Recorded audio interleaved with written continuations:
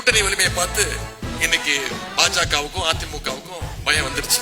எதிர்கட்சி தலைவர் திரு எடப்பாடி பழனிசாமி அவர்கள் நம்மை பார்த்து ஒரு விமர்சனம் வச்சார். நம்முடைய கூட்டணியை பார்த்து திமுக கூட்டணி இருக்கக்கூடிய கட்சிகள் பார்த்து பத்திரமா இருக்கணும், இல்லைன்னா திமுக அவங்கள விழுங்கிடும் அப்படின்னு எதிர்கட்சி தலைவர் திரு எடப்பாடி பழனிசாமி அவர்கள் சொன்னார். முழுசா பாஜகவால் விழுங்கப்பட்டிருக்கக்கூடிய அதிமுகவில இருந்து விழுங்கப்பட்ட திரு எடப்பாடி பழனிசாமி அவர்கள் இந்த விமர்சனத்தை வைக்கிறார். நம்முடைய கழக தொண்டர்கள் யாராவது 2 பேர் எங்கேயாவது சந்திச்சுக்கிட்டாங்கன்னா என்ன பேசுவாங்க? நல்லா இருக்கீங்களா?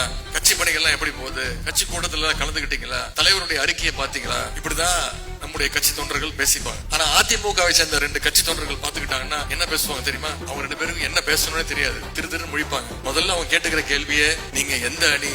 அந்த அணியா இந்த அணியா?